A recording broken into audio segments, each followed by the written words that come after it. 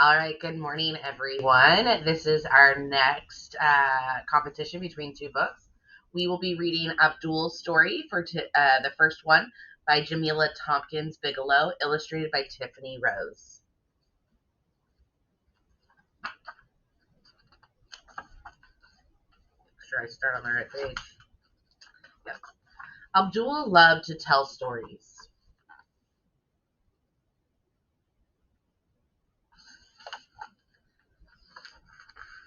He told one about the high-stepping kid who collected donations in boots, another about teenagers who danced in subway cars. He had one about the bow tie wearing man hawking bean pies on Broad Street, and even one about the woman who sold water ice from her basement on hot summer days.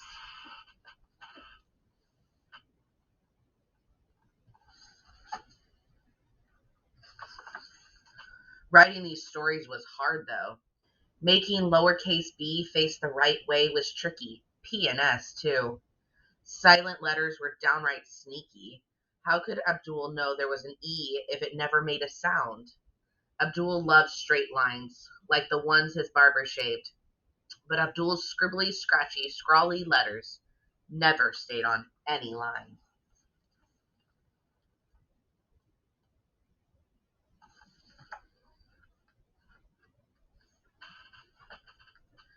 During writing period each day, he wrote, then he erased his mistakes, wrote, then erased, wrote, then erased. His classmates had neat sentences. Abdul had smudges. Why write his stories anyways? The people and places in his school books never looked or sounded like the people or places he knew. Some stories are for books, Abdul decided, but not his.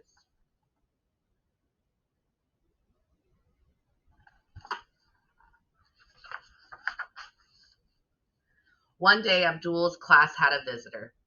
Mr. Muhammad had lines straighter than straight around his beard and hairline.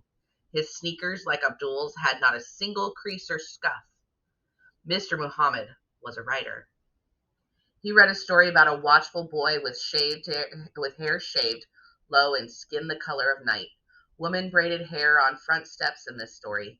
Girls with clacking beads jumped rope, and men in white thobes prayed on the sidewalk outside a full storefront mosque. The boy watched over this community. Write new stories with new superheroes, Mr. Muhammad said.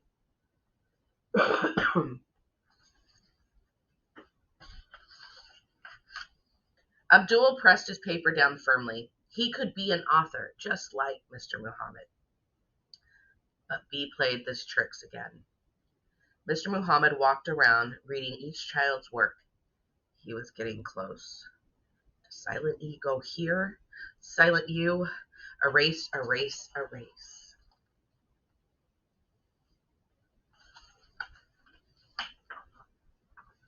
Abdul tried writing neatly. Write, erase, write, erase, erase, rip.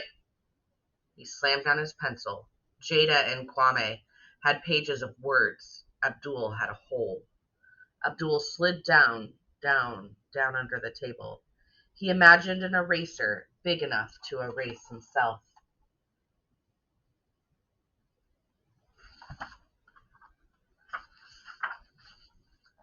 Nice sneakers. Can I see your story? Mr. Muhammad asked.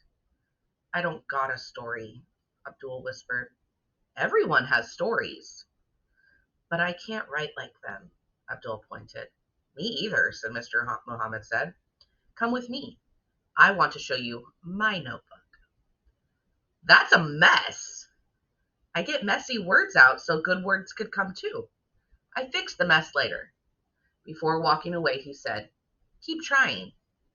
That gave Abdul an idea. Bismillah, he said. And I'm trying to try and get a little closer with his notebook.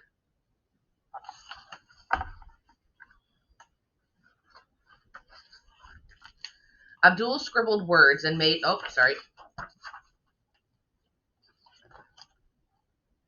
He took his pencil and said, snap.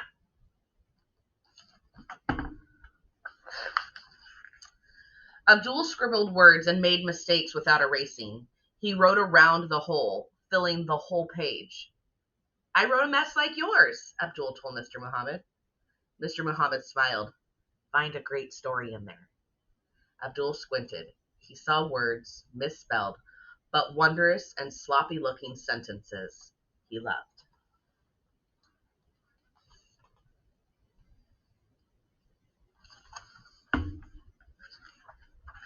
Over the next few days, Abdul rewrote a less messy mess, then an even less messy mess.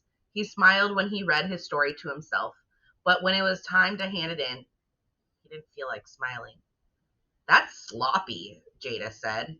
You spelled a word wrong, Kwame added. Abdul slipped his paper underneath the others. Some kids are writers, Abdul thought, but not me.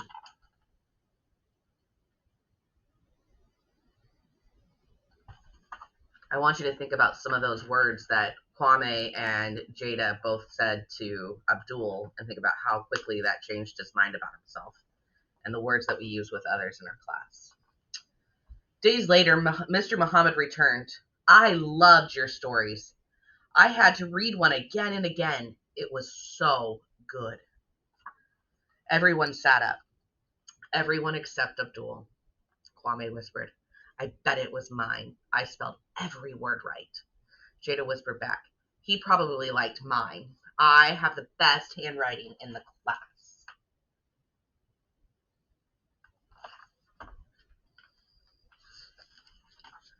Mr. Muhammad started reading the story in a loud, clear voice. It was about a boy with tall hair shaped with sharp lines and skin the orange-brown of sunrise. He watched over the kids, stomp, stomp, stepping down the block, and the ones breaking to the beat of the city train. He even protected the grown-ups who sold things and were like family. Abdul sat up. It was his story. And then Mr. Muhammad paused. He frowned at the page. Abdul's cheeks burned. Everyone listened, wide-eyed and silent. Mr. Muhammad read on, stopping a few more times at mistakes, until he reached the end of the story.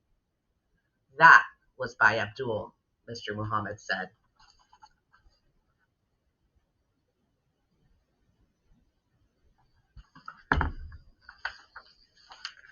Abdul slowly looked up.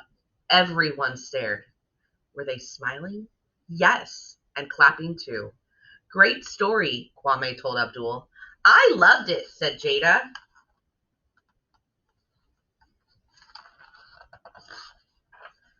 When they returned to their writing, Abdul whispered to Mr. Muhammad, What about my mistakes? Writers make mistakes. We'll work on them. As they worked, Abdul thought, Some people are writers, and I am one of them.